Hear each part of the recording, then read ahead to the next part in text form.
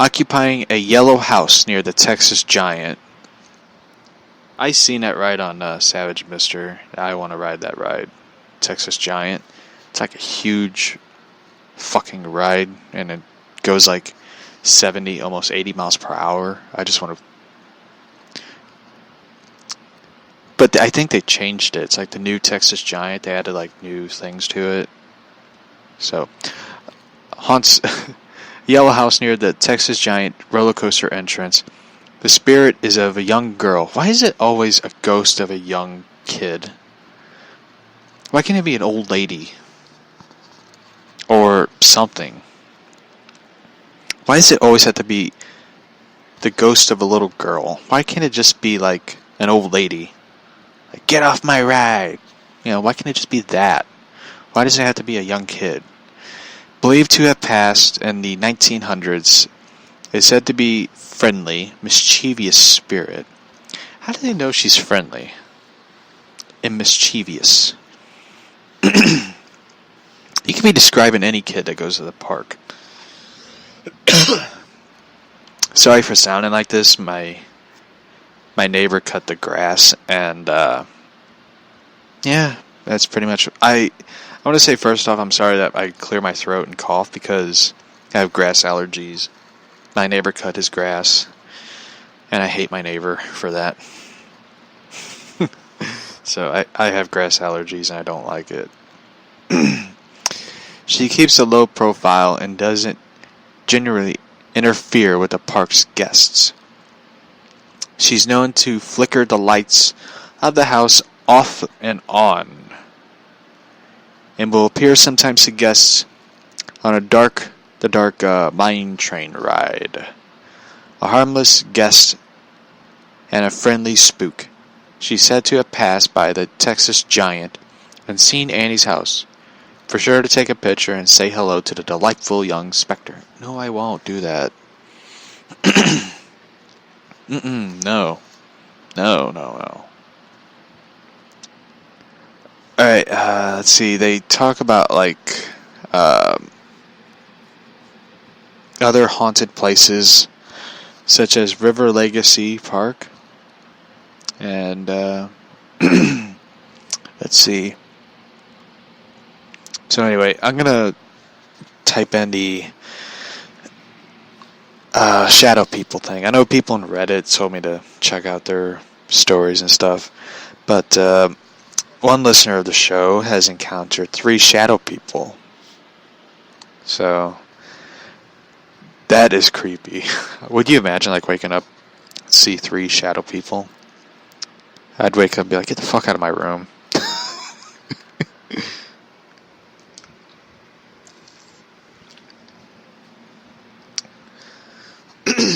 Sorry. And also it's going to rain today, so yippee. I'm happy it's going to rain, so we need it. It's been dry and humid and stuff, so it's been kind of a dry, hot day.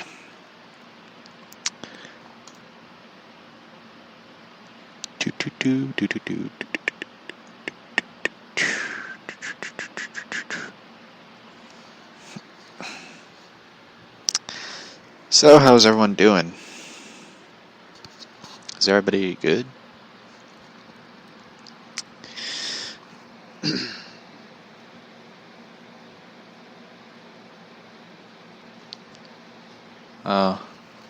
One of them's Grant from Ghost Hunters. I don't want to read that dude's stuff. Have you ever watched, like, Ghost Hunters? I watched it. Like, the only ghost story of their show, I believe, is the South Park one. Anyway, alrighty, let's get to it.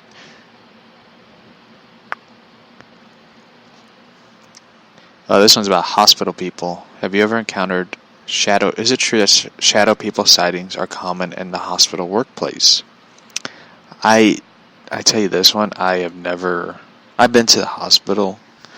We're good, excited about your show, thank you. I've been to the hospital more times than I can count. I have never seen a shadow person. course, I don't work in a hospital, and I probably would never want to work in one, because it is a sad place. One person wrote, I worked in an old hospital for years. Unfortunately, never had my own experiences. Got some story from my coworkers, though. The skilled nursing unit used to be for pediatrics. From time to time, patients would have complained about kids being too loud. The staff would never tell them there are no kids on the entire floor. Skilled was used for elderly patients recovering from surgery. They would just try to appease the patients by saying they would take care of it. Another coworker came from the children's hospital in the next town. She said she has several instances of shadow people caught on camera. Yeah, that's creepy. I seen one video where the dude goes in the basement. There's like a shadow person. I just love his reaction to it, because that would probably be me if I ever had to see that. I mean, I will tell you, I did have encounters of creepy things, like gang stalking from neighbors that were crazy, to one time hearing noises from the woods and seeing kids walk into the woods and not come back out, which is weird. I don't know why, but it is creepy. I never liked the woods to begin with, so I try to avoid it. So I've never, kind of seen that. Here's another one. Well, not exactly shadow people. When I was still a student nurse, we were having our on duty at the old hospital. One of the staff nurses asked me to check her room if the bed was made, because there was an admission and the housekeeping personnel didn't inform her if they made the room ready for occupants. When I got there, I was reading the other line. I was surprised because the room was already occupied, and the patients asked me to check his blood pressure, and I even checked his IVs. Then I went back to the nurse and I told her the room was occupied. She looked at me like I was making a bad joke. When we got to the room again to check it, my surprise, it was freaking empty. I wish you would just use the word. It was fucking empty. The nurse told me that I was played, and there was common occurrences, especially when it's at night. This has gotten more into hospital creepy stories. I'm sorry about that. Should I continue it or stop? Because this is kind of interesting. The hospital creepy stories, and my co-host is here. How you doing, Lola? You woke up from your nap? So, there is so-called shadow people, and they are a likely creepy phenomenon. No kidding. Let's see. My co-host is wanting to play with the wires, so bear with me. You're not playing with the wires. Hi, Lola.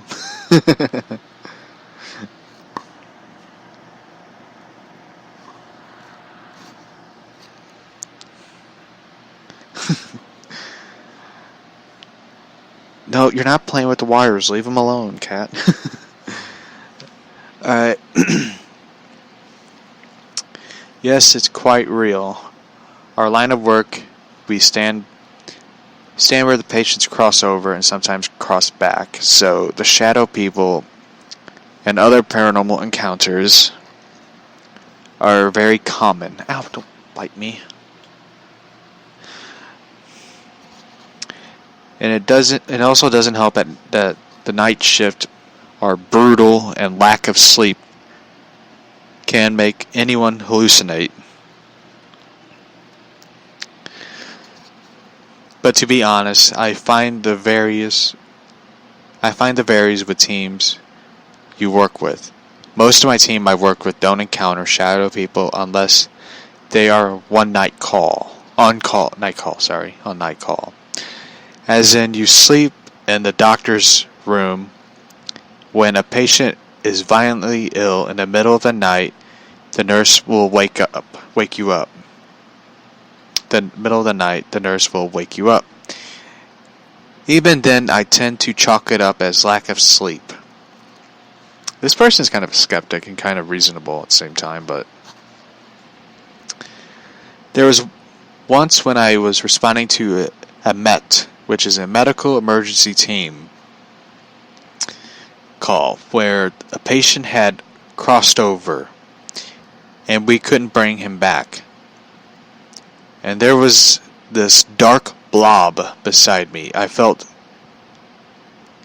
confusion and sadness coming from it. Sorry, I lost my space where I'm at. Alright. After the team left, I made a loop back and went in a while.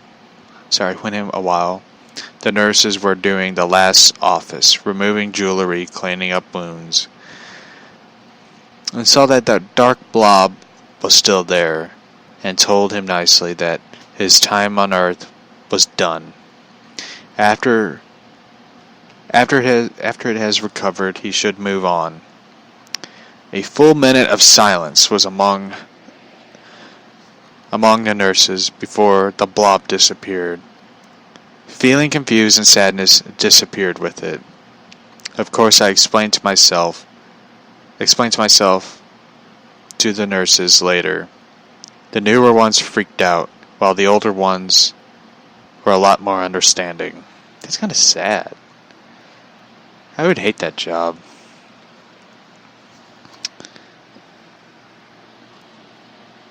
You know that?